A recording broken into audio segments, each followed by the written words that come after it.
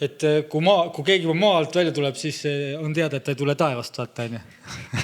Et siis on nagu elukas. Ja vaata, nad võivadki teha väga tulla nagu maalt väikse poisina ja väikse tüdrukuna, vaata, täitsa ilusad nitševood, on ju.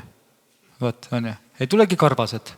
Et see tuleb heaga võib tulla. Me peame läbi hammustama, kes on kes. Ja tõesti, et me ei pea nõustuma ei haigustega, ei igasuguse roppusega, kõik, mis siin maa peal lendab. Me ei pea sellega nõustuma ja me ei ole sellega nõus.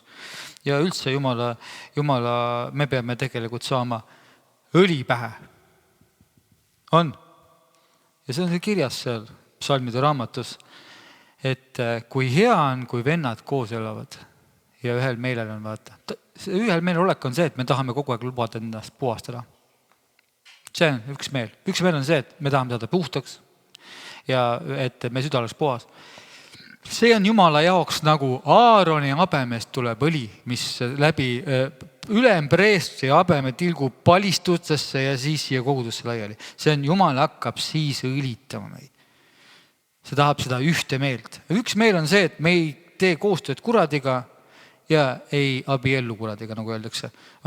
Et teemonitega me ei abiellu ja ei ole temaga üks ihu. Me oleme Jeesusega üks ihu ja Jeesuse püha vaimuga üks ihu. Ja oleme ühel meelel, et haigused on kuradist ja haigustega me sõõrustama ei hakka. Üksteist puha, mis nimed neile otsa pannakse. Et väga lihtne on panna need igasugused ladinakeelsed, igasugused ilusad nimed on seal ladinakeelsed, on ju. Et nendele haigustele. Me peame need tühistama, need nimed. Jumala lepingus, verelepingus ma ei loe kuskil, et seal on kirjutatud, et tule astu minuga liitu, siis saad selle ja selle, need ladinakeelsed nimed. Ei ole, seal ei ole lepingus kirjas. Minu vermetele peavad terveks saanud. Meil tuleb seda uskuda ja kõik muu on sisse tungija.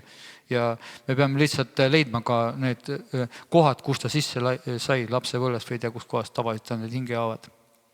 Mul on Pille luges siin Signe andis selle hästi hea raamatu seal. Signe on seal taga. Mis raamatu nimi oli? Ja Pille luges selle, vauhti läbi. Soovitan väga soet lugeda. Ma soojutan, see tõmbab usuga ühe lakke. Ma nii palju ütlen, et see naine oli moslem ja tal oli selline haigus, kus kohas oli ta üleni mingi nahk kroobatas seal. Kärbus ära, liha ja värk kõik. Ja siis ratastooliga viidi sinna Mekka selle juurde ja seal ta ütles, et siin ei aitab ainult Jumal, et siin ei saa.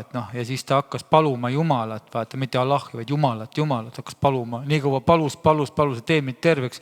Nii kaua kui ilmus ta ette õige Jumal, Jeesus. Ja ütles, et mina olen Jeesus. Ta ütles, et kes see Jeesus on? Ta siis ütles, et see on see seal suuras kirjas, seal Koraanis on ka Jeesus kirjas, et ma olen seal Jumala poeg, olen see Maaria poeg.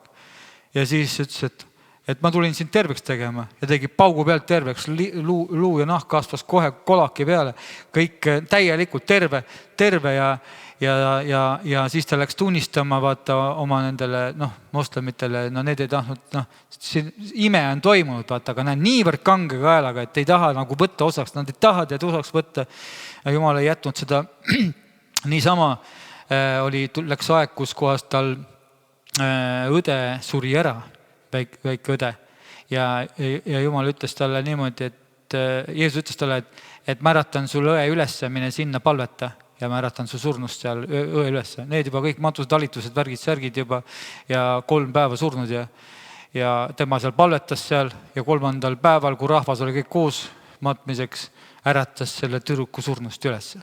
Saad aru, siis oli seal mõned võtsid Jeesuse vastu, mõned ikka ei võtnud, saad aru, isegi surnu tõuse peale, siis ka ei võeta vastu. Vaat, mis on kange kaelada tegemist ikkagi, et imed ei too ka.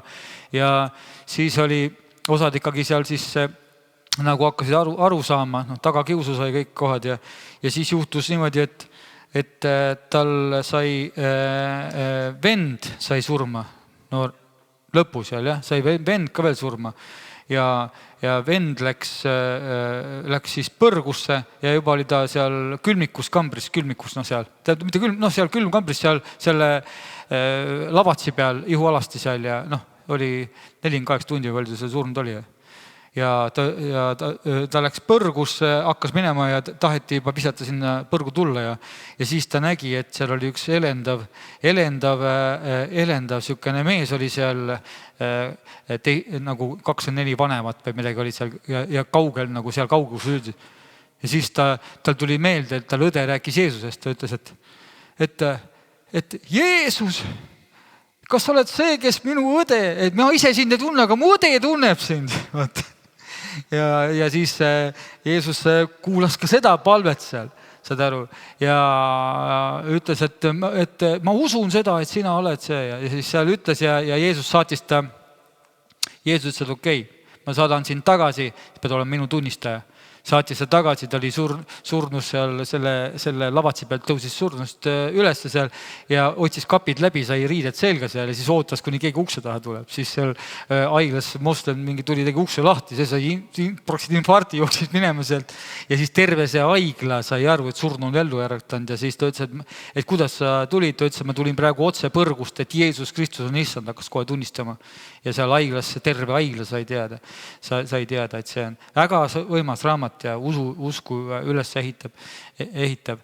Aga ja kuidas Jumal teeb niimoodi praegu tööd ka moslemite seas, tõmbavad ülesse, tõmbab surnust ülesse ja mäletada, Jeesus kunagi ütles, et ei muuda ka neid seis, kui keegi surnust üles äratab. Ja näeb paraku mõnda ei muuda isegi see ei muuda, aga osasi muuti. Et kui kange võib ka inimese kael küll ikkagi täielikult olla. Aga olgu siis meie kaelad pehmendatud, on ju, Jumala sõnaga, Jumala sõna on niisugune pehmendav. Sakari, äkki räägib meile, mida ma tõlgin kas või tahad eesti keeles rääkida, et kuidas sul on läinud